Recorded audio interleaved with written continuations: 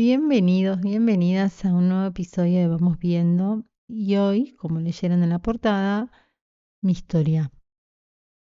¿De dónde vengo? ¿Cómo empecé con estas ganas de compartir, de crearme un podcast, de empezar a hablar? ¿Cuáles son mis inicios, mi familia? Y creo que es uno de los episodios, bueno, más vulnerables, obvio, pero también más importantes. Porque cuando empecé con esta idea de que vengo hace como 2 o 3 capítulos que le vengo contando, de mostrarme más auténtica, también se despierta el deseo de ser ese podcast o ese lugar, ese refugio que me hubiese gustado encontrar hace un par de años atrás. Y siempre que empezaba a seguir a alguien, o hoy en día cada vez que empiezo a seguir a alguien y hay algún documental o episodio o lo que sea que diga mi historia, de dónde vengo, quién soy, es el primero que voy a ver, porque conocer un poco de la persona me hace sentirme más cercana, más amiga. Y esa es la idea, que se sientan cercanos como yo lo siento. Esto lo grabo en el living de mi casa con un micrófono en la compu y estando sola. Si escuchan ruido porque andan los chicos jugando afuera o por ahí entra mi marido, el perro. Como muy real, muy honesto y auténtico. Creo que esa es clave para poder sostenerlo en el tiempo. Creo que para poder sostener las cosas tienen que ser livianas y tiene que fluir.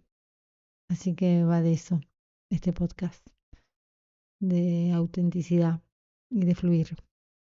Bueno, como les contaba, les voy a contar mi historia. Voy a tratar de ser breve. Tengo 36 años y no puedo contar todo en, en un episodio, pero voy a tratar de que entre todo en este. eh, y ahí va. Soy la mayor de 4 hermanos. Nací en Pehuajó, Buenos Aires, Argentina. Durante los primeros 10 años me crié en la casa de mis abuelos junto con mis padres y mis hermanos. Como le digo, soy la mayor y la hermana que me sigue le llevo 2 años, así que desde muy chiquita siempre fui la mayor. Y ser la hermana más grande implica hacerte adulta antes de tiempo. Siempre sos el quédate quieta o el tenés que ser el ejemplo, ¿viste? Sos la más grande, da el ejemplo. Y siempre fui la más grande, así que siento que eso me hizo madurar también muy, muy antes y a muy temprana edad. Bueno, vivimos en la casa de mis abuelos más o menos, como les digo, 10 años en un barrio y, y estaba bueno porque había muchos chicos de la misma edad, así que jugábamos siempre al sapo, a la pelota, al vóley, en la placita escondida, a cambiar papeles de carta. Eso estuvo muy lindo. Iba al jardín, después hice la primaria ahí. Mi mamá ama de casa en ese momento, mi papá trabajaba en el campo, vivíamos con 2 hermanos de mi mamá también en la casa, que eran muy del rock nacional y del rock and roll, así que llevaba mucho eso. Em, una abuela muy amorosa, muy amable. Un abuelo, no tanto, medio verde el abuelo, medio que toquetón cuando nadie ve, pero en sí la infancia fue muy linda y armoniosa. Cuando tenía esa edad, alrededor de los 10, 11 más o menos, nos mudamos a una casa. Mis padres compraron un terreno, hicieron su casa y nos mudamos para ahí. Fue muy lindo. Y un recuerdo que me queda de esa época es que un día una compañera me llevó una tarjetita de cumple, ponele, para que festejaba su cumpleaños, qué sé yo. Y mi mamá siempre tuvo como, no sé si llamarlo complejo o le daba vergüenza, qué sé yo, que la casa esté sin terminar o que no esté del todo terminada o lo que sea. Entonces era como que no nos dejaba invitar a amiguitos a casa. O sea, yo soy la típica que no invitaba a los amigos, ni tampoco sé lo que es invitar amigas a dormir. Em, bueno, recuerdo que esta amiga me lleva una tarjeta de cumple y mi vieja tipo, "Shh, cállense, que no digan nada que hay gente. Guau". Dejó la tarjetita y al otro día cuando voy al colegio, de que no, que la casa de ella todavía se le ve un ladrillo que tiene la ventana así o allá, me generó que se empiece a abrir una creencia de falta de merecimiento, como que era diferente al resto, que creo que se inicia ahí y después se fue como alimentando con los años y me llevó mucho tiempo después romperla y poder atravesarla. Pero ese momento fue muy lindo, mi mamá seguía siendo ama de casa, estábamos juntos, Mi viejo laburaba en el campo, mucho surtido Blagley, chiquititas, regüey, juntarse con amigos, andar en bici, ir al gimnasio, a la escuela, hacer las tareas después del cole, como una vida muy normal. Mi mamá los fines de semana limpiaba con Valeria Lynch a fondo, qué ganas de no verte nunca más, era a tope. Muy lindo, muy divertido, qué sé yo, estaba bueno, la pasamos bien, jugábamos mucho con mis hermanos a la casita, a todo. Y alrededor de mis 14 años, una tarde de agosto, o de julio, creo que fue de agosto.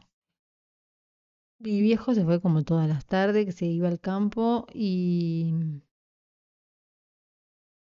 a mí me salió como una intuición, ¿viste? De decir, che, mira si es la última vez que lo ves a tu papá. No me pregunten por qué esas voces, esas cosas, intuiciones que tenemos de chica, ¿no? Y me acuerdo que salí afuera y miré su camioneta hacerse chiquito hasta que se perdió en la visión, la dejé de ver. Y nada, volví y me puse a mirar, no sé, Mad Music, creo que miraba con Santiago del Moro en ese momento con mis 14 años y hacerme una choco, y estaba cuidando a mis hermanos, que cuidar a tus hermanos viste, como, bueno, si hagan lo que quieran, es como, no me jodan, lo único. Y mi mamá estaba en el hospital terminando la secundaria o estudiando ya enfermería, creo. Ella había empezado a estudiar y lo hacía ahí mismo en el hospital. Y mi viejo se había ido al campo. Entonces nosotros estábamos un tiempo, por ejemplo, que yo 1 o 2 horas hasta que mamá volvía a casa. Y a la, no sé, ponerle que faltando media hora para el horario que tenía que volver mi mamá a casa, nos llaman por teléfono y nos dicen de que cerremos todo, de que mi papá había tenido un accidente y que por favor nos vayamos para la casa de nuestros abuelos, que era unas 2 cuadras de mi casa en ese momento.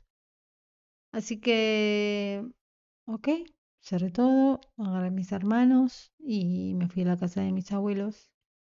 Recuerdo que escucharon a uno de mis tíos hablar por teléfono con mi mamá y como medio gritando, diciendo no, no puede ser. Y yo dije, acá pasó algo re heavy, o sea, algo está pasando. Y cuando llegó mamá, nos dicen que a papá en el accidente se le había destrozado la médula y que era muy probable que no vuelva a caminar y que había que derivarlo a un hospital de urgencia. Desde ese momento estuve 3 meses sin ver a mis padres. A mis hermanos, los más chicos, se quedaron con mis abuelos. Mi hermana se fue con una tía y yo me fui con mi tío y después con una amiga. Lo estoy resumiendo a esto todo, ¿no? Todo eso que pasó. A los meses de esto, eh, bueno, ya extrañábamos mucho a mis padres y recuerdo que vino mamá de Mar del Plata, que era donde estaba internado mi papá, a buscarnos para que vayamos a verlo. Y bueno, lo fuimos a ver y qué decirte. O sea, la primera vez que lo vi en esa silla fue como, what, o sea, se nos derrumbó todo, pero él tenía que hacer tipo un tratamiento que era, no sé, ponerle que se tenía que 1 año en rehabilitación y dijo, no, ni en pedo me quedo, me quiero ir a mi casa, me quiero volver. Así que adaptamos todo, o sea, entre amigos, familia, hicieron rifas y acomodaron toda la casa para que él pueda estar con una silla, ¿no? Con todo lo que implica eso. Agregar los marcos de la puerta, el baño.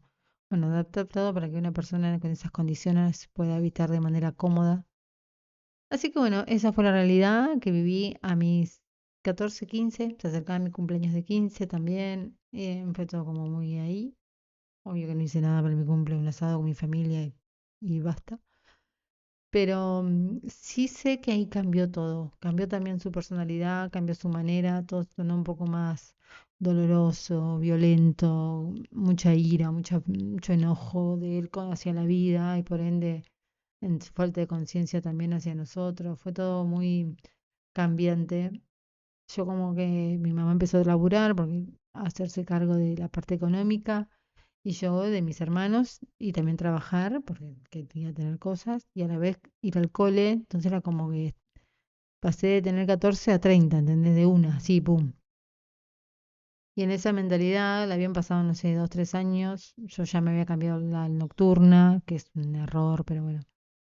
En esos momentos, hasta los 30 años, haces cosas que no tenés ni idea de por qué las estás haciendo. Te parece que tenés claro las cosas y en realidad no.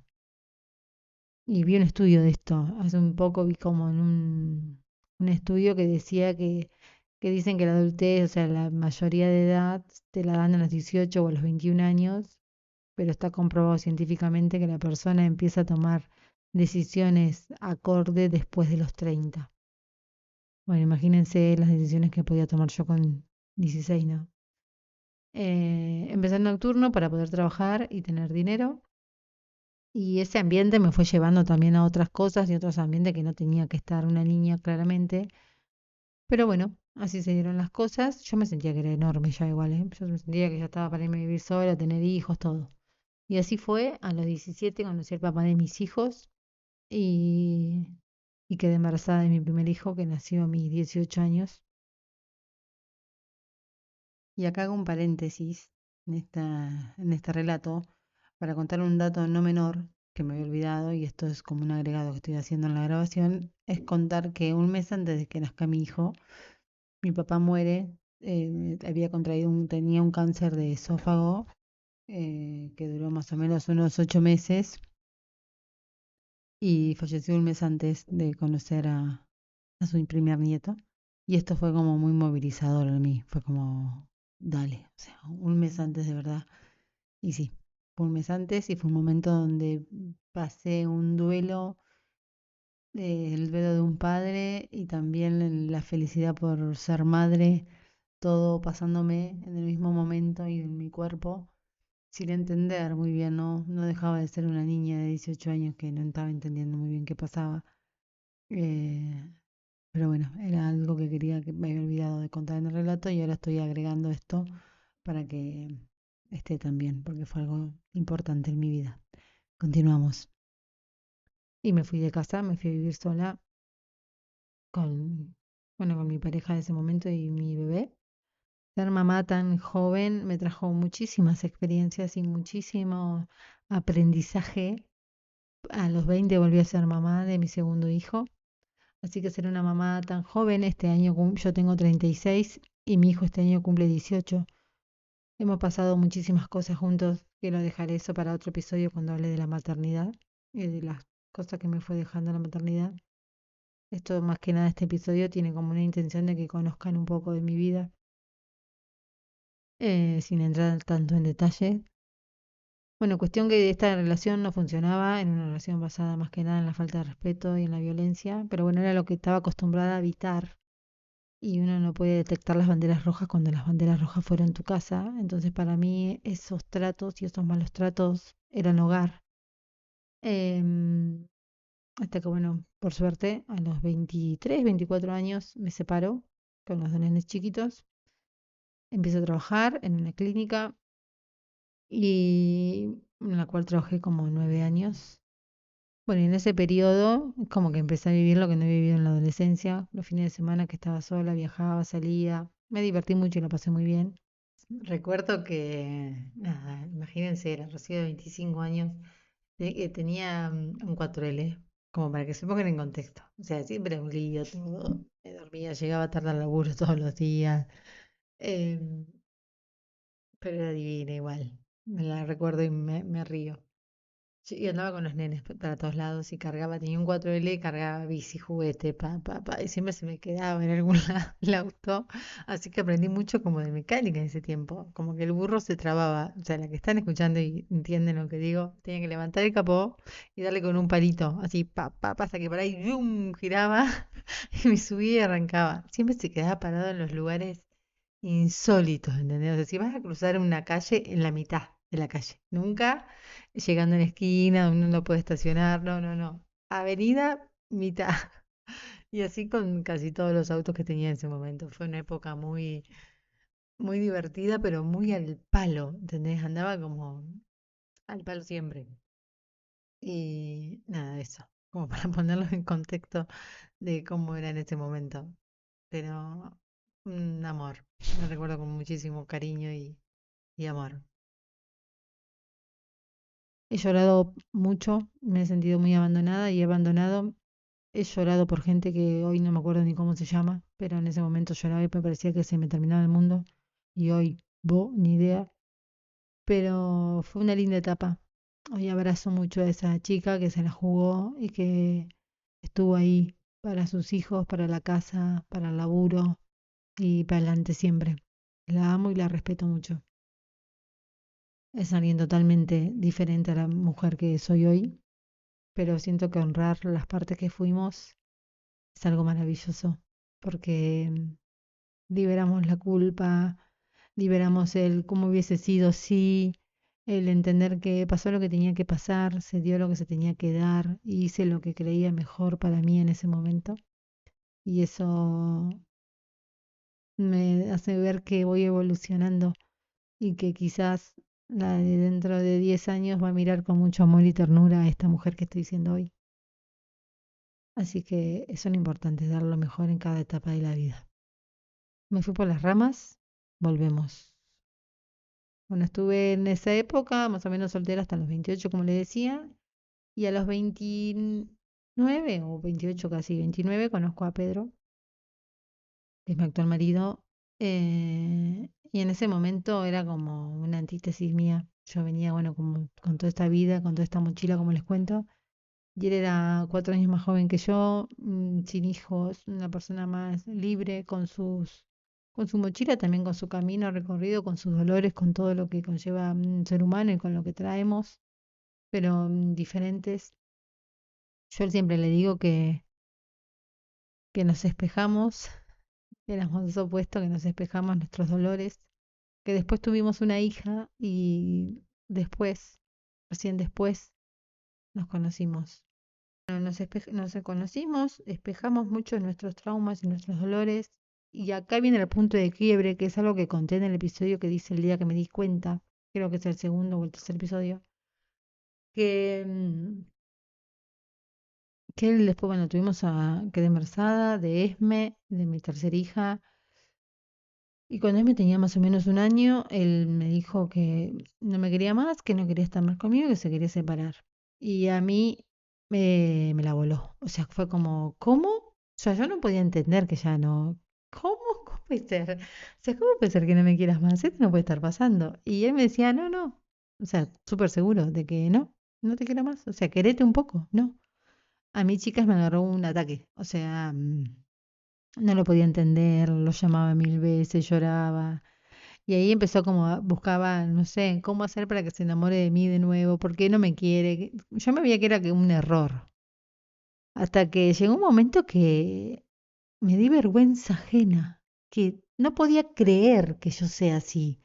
Digo, por qué me comporto de esta manera si yo no quiero ser así? O sea, yo quiero poder aceptar una ruptura amorosa de manera tranquila. Quiero que me digan no te quiero más y está bien llorar, hacer el duelo, genial, pero tampoco así de desarmarme llorando y no hablar de otra cosa que no sea eso y de, bueno, lo que implica tener un apego ansioso, ¿no? De una locura, fue una locura. Y tenía dos caminos ahí, o me frenaba y me hacía cargo de mí, de que lo que estaba pasando estaba mal, o esperaba que se me pase y como todo, se iba a pasar y después me iba a enamorar de otra persona y cuando me deje iba a volver a hacer lo mismo. O sea, era como esperar un poco más, era como ponerle una manta al elefante rosa, era una cosa así. Bueno, cuestión que dije, no, basta. O sea, por mí, por mis hijos, por mi hija, tengo que cambiar esta parte. Y la ficha, me acuerdo que me cayó un día que estaba mirando un programa, estaba mirando la tele, no sé, y veía, viste, los famosos que como que se había separado una y decía, no, nos separamos en mutuo acuerdo, la mejor, yo lo quiero, va a ser siempre parte de mi familia. La tipa impecable. Y yo dije, ¿cómo pues? Y yo con todo el maquillaje corrido, así tipo panda, como, ¿cómo puede ser? O sea, ¿cómo puede ser que hay mujeres que se separan y están espléndidas y yo, chabosta acá? No, no, no, esto no puede ser. Y ahí dije, no, basta, se terminó. Bueno, empecé un psicólogo, psicóloga, y bueno, mm, todo bien, pero no era el tipo de terapia que yo estaba buscando en ese momento. Y un anuncio me muestra que había una formación en biodecodificación consciente que empezaba, no sé, a los 15 días de esto. Y algo dentro mío dijo, sí, es por acá. Y me anoté. Me anoté en este programa, en esta formación. Y recuerdo que ya el primer día fue como, wow, me cayeron un montón de fichas. O sea, cuando escuché esa frase de Carl Jung, recuerdo que estábamos todos en el Zoom y había tipo una frase de fondo en la pantalla, esa frase conocida que dice, hasta que no hagas consciente tu inconsciente, dirigirá tu vida y lo llamarás destino. Y fue como, claro, toda la data, me estoy manejando en piloto automático. Y me acuerdo que ella dijo, no sos tus pensamientos, tampoco sos tus emociones, sos quien las puede observar. Y ahí empecé a entender que estaba programada, que lo que yo me estaba sintiendo, esta angustia, ese dolor tan visceral, ese abandono, en realidad no era un abandono, no me estaba abandonando él, sino él me estaba mostrando las heridas que tenía y que nunca me las había visto. Ese abandono no era el abandono de Pedro, era un abandono mucho más primitivo que ya existía en mí, que nunca yo me había volteado a ver y quería llenarlo con el afuera, con las relaciones.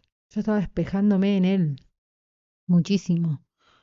Bueno, cuestión que entender todo esto, entender que el embarazo de mi madre, lo que ella vivió en el embarazo, cómo vivió el embarazo, cómo fui aceptada en el clan, si mi papá me aceptó o no, si mis abuelos me aceptaron o no, lo que sea, eso iba a influir, iba a ser mi mapita de ruta. Entender todo esto es como que, ok, lo entendí, por eso siento que es tan importante el entenderte. El primer paso es entender qué te está pasando, por qué estoy actuando de esa manera. Después lo empezás a trabajarlo, a integrarlo, a ritualizarlo. Pero primero hay que entenderlo. Si vos no entendés qué te está pasando y por qué estás sintiendo lo que estás sintiendo o por qué estás pensando esas cosas, es muy difícil poder trascenderlo o desprogramarte. Porque para el siguiente paso, antes de dar el siguiente paso, lo primero es saber dónde estás parada. Si no, no podés avanzar. Y eso me mostró dónde estaba parada. Me mostró que yo estaba totalmente programada por un clan donde las mujeres se manejaron desde el apego emocional.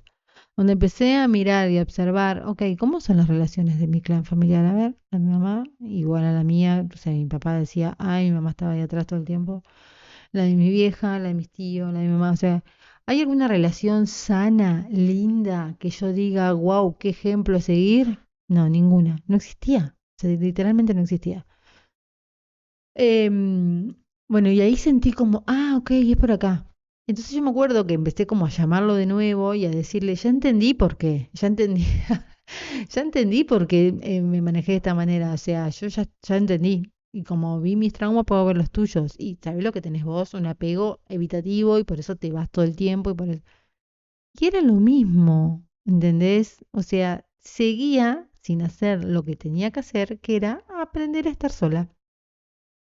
Aprender a sostener la incomodidad de que otra persona no te elija. Eso era lo que yo tenía que hacer. Y no lo estaba haciendo. Estaba tapando, pero esta vez con estudio, con información, con querer averiguar. Pero todo era para volver a estar con la persona, para volver a estar con él. No era para poder sentirme cómoda estando sola, sino para que él vuelva. Entonces, ver eso fue como otro giro más a la espiral y otro círculo más a la evolución personal y a entender y decir, bueno, ok, pase lo que pase, yo tengo que aprender a estar sola. Y recuerdo haber como pedido eso a mis guías, a mis ángeles, decir, ay, quiero aprender a estar sola, quiero aprender a sostenerme y a aceptar que alguien no me quiera hoy y siempre, a elegirme.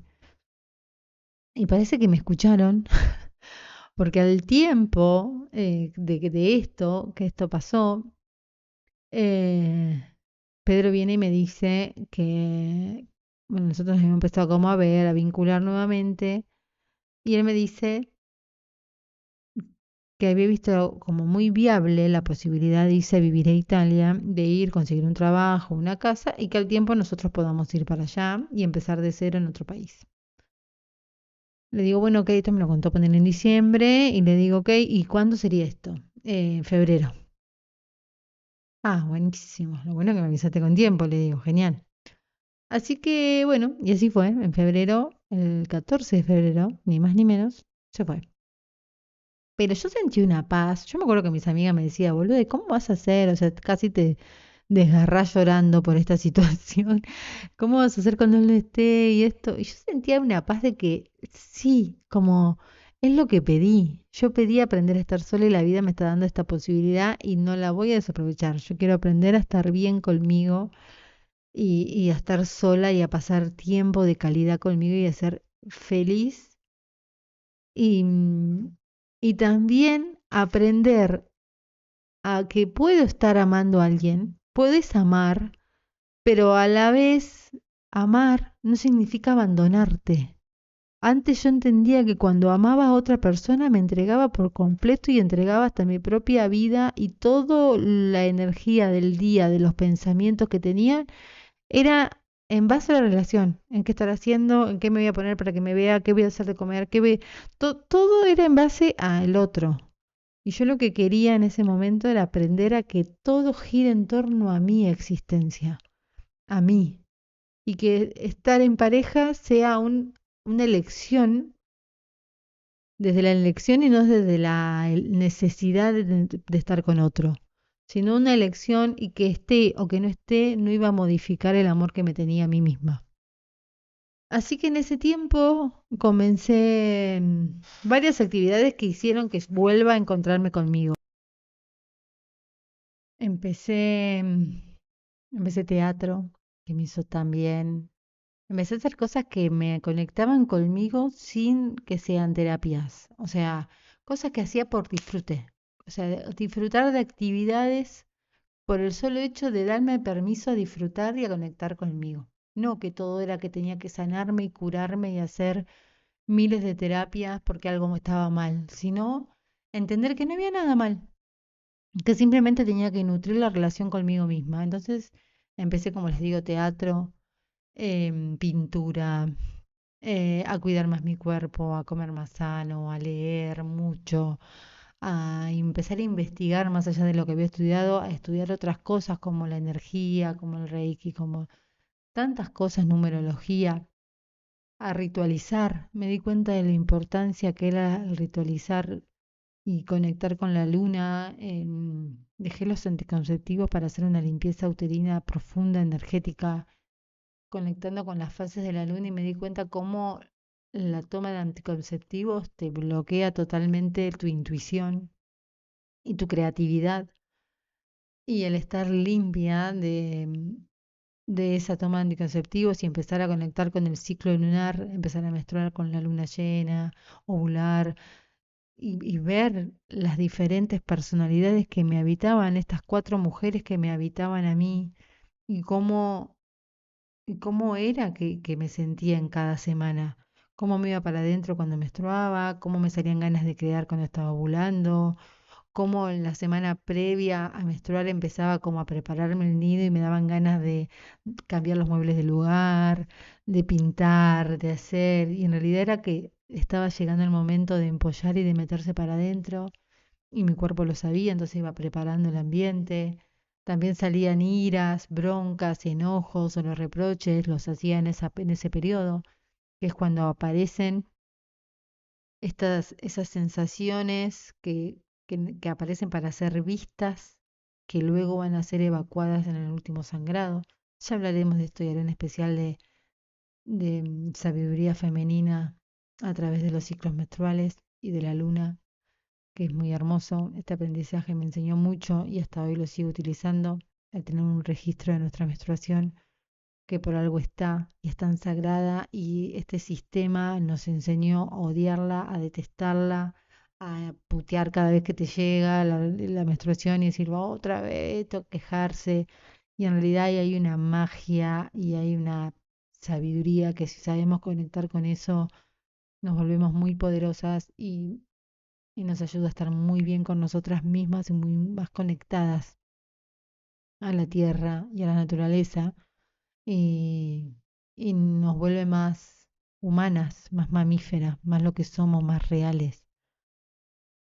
Ok, me volví a ir por las ramas. Cuestión, me conecté mucho conmigo, con esto que le digo de ritualizar, de que ritualizar es la manera que tenemos de avisarle a nuestro inconsciente, haciendo consciente actos. Si yo quemo, rompo un papel, si veo algo, es una manera de avisarle a mi inconsciente lo que voy a hacer. Entonces, eh, plantar una semilla, como bueno, a partir de ahora voy a pensar de manera diferente. No es lo mismo decirlo que escribir tus deseos en un papel, ir a la tierra y plantarlo. Esa información, ese acto de ritualizarlo, hace que esa información le llegue de manera más concreta a tu inconsciente. O si querés romper algo, bueno, a partir de ahora basta con esto, no es lo mismo decirlo que agarrar un papel, romperlo y quemarlo. Ese pequeño acto de psicomagia hace que la información llegue a tu inconsciente.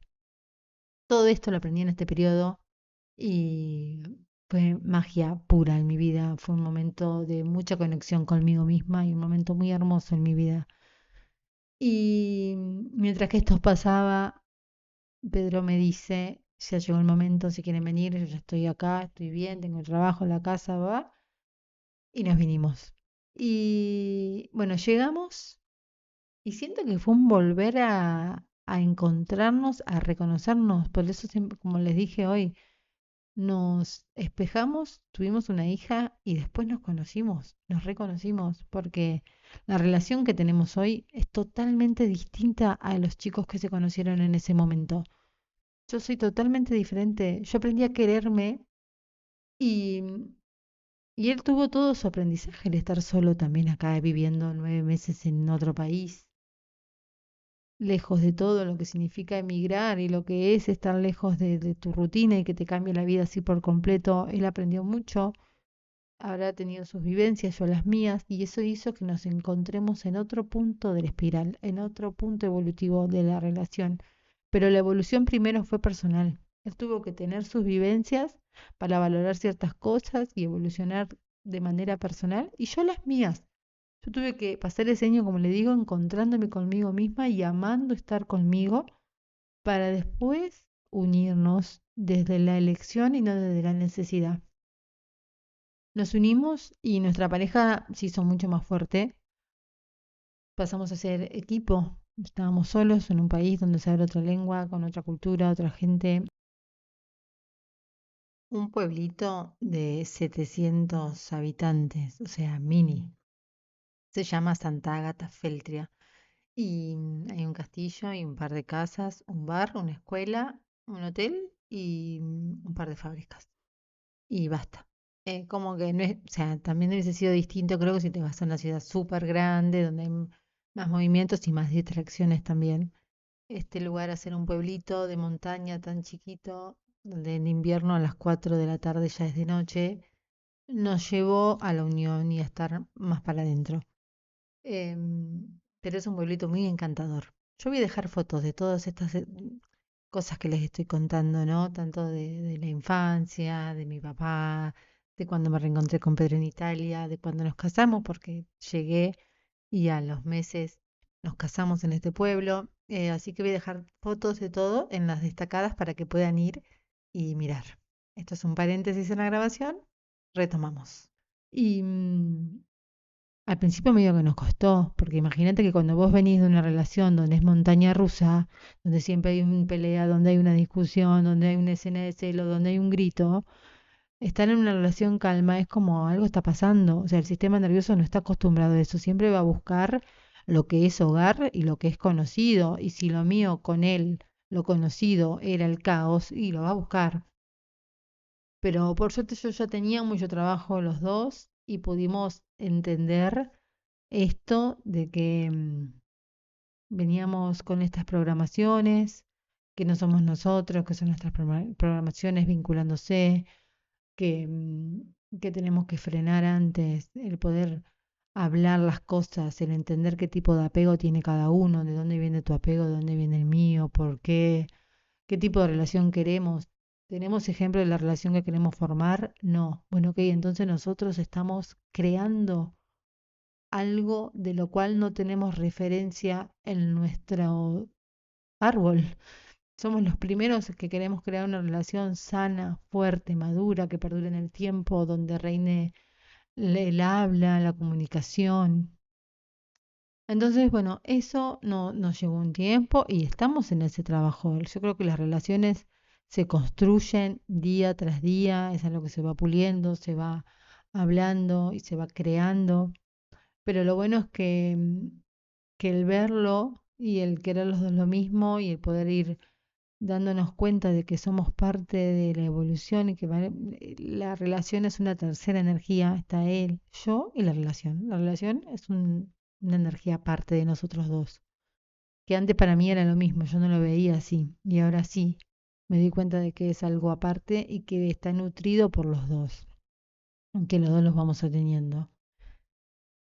Y ahí pasa algo, ahí me pasó algo que fue ya estando acá, que es cuando tu sistema nervioso ya está más tranquilo, cuando te podés elegir a vos y te das cuenta que tenés un compañero y que no tenés que estar pendiente todo el tiempo de qué está haciendo, de qué no, te queda energía disponible para poder crear. Te queda energía disponible para poder pensar en vos, en tus sueños y en tus deseos. Y ahí vinieron mis ganas de compartir todo este camino que les cuento, toda esta vida vivida, estas experiencias, los libros leídos, las cosas que fui observando, cómo, claro, o sea, yo iba observándome cómo no quería discutir o no quería hacer eso, pero tenías pensamientos y emociones que querían que caiga en la discusión por una pavada, para poder ver si esa persona todavía me servía para mostrarme la herida que tenía abierta. Era como, pero digo, pará, ¿por qué estoy haciendo estos planteos? Si yo no me quiero vincular desde ahí. Entonces me daba cuenta cómo nuestra mente está diseñada y ya está programada para mantener con vida a esas viejas versiones y no se actualiza tan fácil. Tenés que hacerte consciente para poder actualizar tanta data, porque no es data solo tuya, es data de todo un árbol. Y vivieron generaciones manejándose de esa manera y vinculándose desde ahí. Entonces es como está generando un nuevo camino neuronal y una nueva manera de vinculación y va a costar. Entonces la paciencia, el, el ser paciente, la calma, el abrazar mi proceso, el saber que estoy en un proceso, eso me ayudó y me ayuda muchísimo. Ahí fue cuando comencé la meditación, me recibí de profe de meditación, sabiduría femenina, rituales, como que todo eso me ayudó y son herramientas que adquirí para acompañarme en este proceso evolutivo, en este desarrollo personal. Y ahí, cuando pude darme cuenta y un día frené y, y me di cuenta que lo había logrado, que había logrado dejar de sentir esa ansiedad a diario por los vínculos, que había salido de ese apego emocional, de esos pensamientos negativos a diario, repetitivos todo el tiempo que me despertaba, porque yo me acuerdo cuando empecé todo esto, cuando les digo que él me dijo que se quería separar, era levantarse y que sea el primer pensamiento de la mañana y el último. O sea, no podía hacer nada, ni cocinar, ni trabajar, ni estar con mis hijos, nada sin que ese pensamiento esté en mi cabeza de, de ansiedad, de que si no podía soportar la palabra abandono o dejar, era una cosa que me generaba mucha ansiedad. Y y el ver que se puede, que uno puede transformar sus creencias, las maneras de vincularse, utilizando herramientas y acompañándonos. Hay veces yo, qué sé yo, hay veces no lo podés hablar con otras personas porque te pasa al principio que estás como investigándote a vos misma y la gente que te rodea no está en la misma que estás vos. Pero por suerte que hoy está internet y hay tantos videos, a mí me ayudó muchísimo el ver videos, el investigar, el ver libros, el escuchar conferencias de personas que explicaban cómo funcionaba la mente, el cerebro, el decir, ¿qué son los apegos? Empezar a buscar. Yo creo que todo se da cuando uno empieza a... El primer paso es el deseo de querer cambiar y querer hacerlo. Y ahí empezaron mis ganas de compartirme, el compartir esta herramienta, el hacerme el Instagram, que lo cambié de nombre un montón de veces y fui probando porque, como les digo, la evolución es en espiral. Una vez que te parece que llegaste y que pudiste, ok, qué bueno, llegué. Bueno, ahora tenés que compartirte. Y cuando te querés compartir, empiezan un montón de otros miedos. El miedo a ser vista, el miedo al rechazo, te sacas 1000 defectos cada vez que prendes una cámara, otra vez pasas por un montón, otra vez el espiral. Por eso hay un proverbio que dice que, que el fin no es encontrar el tesoro, sino volver a casa y compartirlo. El compartir lo que aprendiste, el compartir el camino vivido. Eso es lo que te da más gratificación. Así que estoy en ese momento, en el de compartir, compartir las cosas que me hicieron bien, la cantidad de libros que escuché. Yo me acuerdo que cuando trabajaba en la fábrica, que actualmente trabajo en la mañana, 8 horas, porque no es que uno dice, ah, bueno, listo, ahora me comparto y ya está, la vida se terminó. El tema es como que pasás de un momento a otro de trabajar en un trabajo de dependencia a vivir de lo que amás, y creo que eso es una mentira. Hay un proceso, hay un cambio, o sea, debe haber gente que lo hace buenísimo, pero que si vos estás en ese momento, que sepas que son procesos y que podés ir construyéndolo y podés ir haciéndolo a medida que lo estás haciendo, que no es que tenés que pasar de una cosa a la otra, o que si trabajás en un trabajo de dependencia, entonces no puedo compartir esto porque no, podés hacer todo, todo. Y en las horas que estoy en la fábrica, lo veo como una universidad, literal. Me escucho un audiolibro al día. Imagínate, me pongo el auricular y me pongo a hacer cosas porque es un laburo repetitivo y voy escuchando cosas que me hacen bien, que me ayudan, que me abren la cabeza, y todos los días trato de ser más inteligente que el día anterior, o de al menos adquirir un conocimiento que el día anterior no tenía. Voy a dejar unas historias destacadas que diga recomiendo con todos estos audiolibros que escuché, que estoy segura que les van a encantar, porque hay mucha data muy interesante y muy lindos. Esta es la parte donde estoy ahora, no hay mucho más para compartir. Seguramente haré una parte 2 cuando hayan pasado un par de años más, pero por lo pronto esto, hasta acá. Gracias por haber llegado hasta acá, gracias por escucharme. Era un capítulo que tenía pendiente, que me hacía sentir tan vulnerable, pero que a la vez era tan necesario. Estoy acá con Esme. Hola, Esme. Hola. Los veo en el próximo episodio. Me encantaría que me escriban a ver qué les pareció, que me puedan mandar al Instagram @rocioSiesaluna, o me dejen un comentario en Spotify o en YouTube, donde lo estén escuchando, y que me cuenten qué parte los inspiró o qué piensan acerca de esto. Gracias por haber llegado hasta acá. Les mando un abrazo enorme y nos vemos en el próximo episodio. Chau, chau.